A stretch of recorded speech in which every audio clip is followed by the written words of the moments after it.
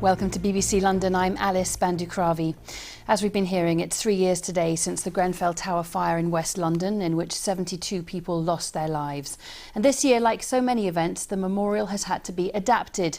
Families of the victims used it to call for justice for their loved ones, as Aisha Baksh reports.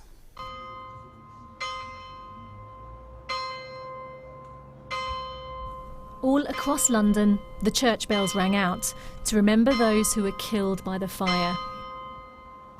And here in North Kensington, it was even more meaningful. Each chime represented a victim of the fire, 72 in all. Nabil Shikair lost 6 relatives, his mother, sister, brother-in-law and 3 young nieces.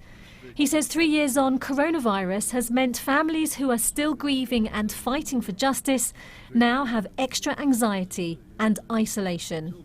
It has a big difference because you can't gather together and be together and pray together and remember them together and everything else. You know, not somehow how we planned it to be, you know. Tariq Gotti lost many friends in the fire and recently had 2 relatives die from COVID-19.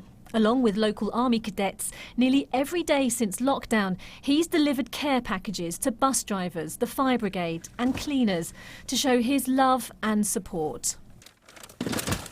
People are struggling because, considering that they used to be able to go to their face-to-face appointment for therapy, a lot of that have stopped and not everybody have access to Zoom or WhatsApp or something. I mean, some people can hardly even pay their own bills. Although closed as a place of worship, the Al-Manar Mosque has been collecting and distributing supplies to those in need.